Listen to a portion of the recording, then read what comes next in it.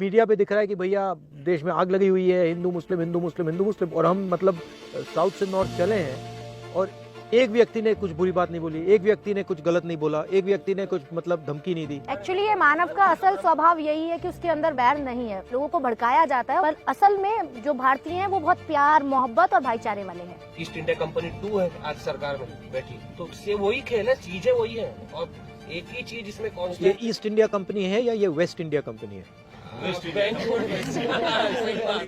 जब देश की आज़ादी की लड़ाई लड़ी जा रही थी तो एक ही अखबार था पंजाब केसरी, लेकिन फिर भी गांधी जी कुछ कहते थे, बात कितनी तेजी से फैल जाती थी। अब आपने जो रास्ता अपनाया कि हम रास्ते से चल रहे हैं तो लोग हमें देख पा रहे हैं, हम अखबार का काम कर रहे हैं। मध्य प्रदेश में I was speaking to a BJP supporter. मैंने उससे पूछा कि आपको क्यों लगता है कि राहुल गांधी जी को ऐसा क्या पता था कि उन्होंने कोरोना के लिए पहले वार्निंग इशू की और मोदी सरकार इस चीज के ऊपर रिलैक्स थी।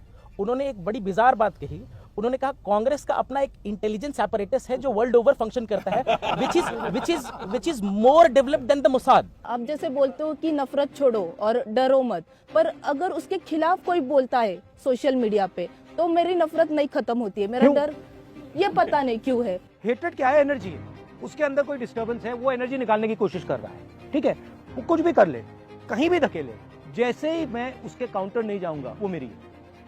अगर मैं उसके काउंटर जाऊंगा धकेलो, अब चैलेंज है, अगर इसकी हेट्रेड मेरी हेट्रेड से स्ट्रांग है तो मैं गया, ठीक है, अगर मैंने रेजिस्ट किया, अब वो कर रहा है, रेजिस्ट दबाओ, अब कोई प्रॉब्लम नहीं, और वो कुछ भी कर ले लैंड ही नहीं करेगी, ठीक है, अब मैं यहां से आऊंगा। ठीक है, तो ये आप ये सोच रहे हो कि मेरे ऊपर हेट का इफेक्ट नहीं पड़ता है, hate is ineffective, it's useless.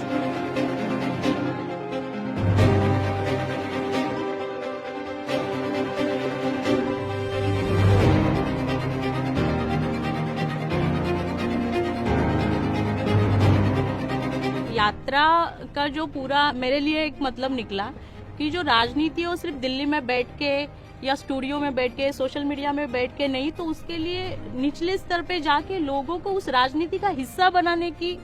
Sir, आपका जो ऑफिस है वो क्या मोबाइल ऑफिस हो सकता है, जहाँ पे ये जो कनेक्टिविटी है, इस यात्रा ने सबसे बड़ी चीज अचीव करी है कि जो भारत में 2 भारत बन रहे हैं, एक जिनके पास सब कुछ है और एक जिनके पास कुछ नहीं है, उनके बीच में एक ब्रिज का काम किया, उनके बीच में कनेक्टर का काम किया।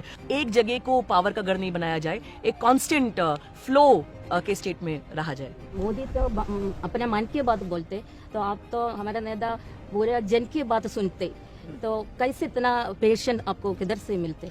ये पेशेंस तो आपकी भी बड़ी होगी, मतलब टोटल बढ़ती जा रही है। यही सीखा इस यात्रा में सबसे मेन चीज यही सीखी, सबसे ज्यादा कुछ भी हो जाए बस पेशेंटली लगे रहो लगे रहो लगे रहो। 4 बजे उठ के मैं 4:30 बजे 5 बजे बाहर आती हूँ और उसके बाद सभी यात्रियों को मैं आवाज देती हूँ कि सभी भारत यात्री तैयार रहे, इतना टेम्परेचर है। तो उस समय ये लोग सभी आते थे, कहते थे कि तुमको कोई काम नहीं, 5:30 बजे बुला लेती हो, तो 6:30 बजे करो।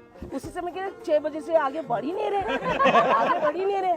फिर दोबारा आपने बोला हरियाणा में भी 6 पंजाब में बजे। मुझे सिक्योरिटी वालों ने चिट्ठी लिख दी कि तो आपको 6 बजे नहीं 7 बजे करना ही पड़ेगा, तो फिर मैंने कहा ठीक है भाई, अब सिक्योरिटी वालों ने कह दिया तो मैं फंसाऊंगा नहीं। का टाइमिंग पीछे कर दिया था आधा घंटा, मगर मुझे लग रहा था उसमें कुछ साजिश थी कि मतलब आप लोगों ने पुलिस वालों को बताया कि भैया 7 बजे शुरू करा, ऐसा कुछ था उसमें। राजस्थान से पहले डेलीगेशन बनाया था कि हम राहुल जी को ना एक ज्ञापन देंगे कि सर 1 घंटा थोड़ा बढ़ा दीजिए, बट आपने पोडियम से जब कह दिया, जब आपने पोडियम से कह दिया तो सब नहीं, एक दूसरे क्योंकि की मुझे शक्ल पहले देखते हैं। इन्फॉर्मेशन मिली थी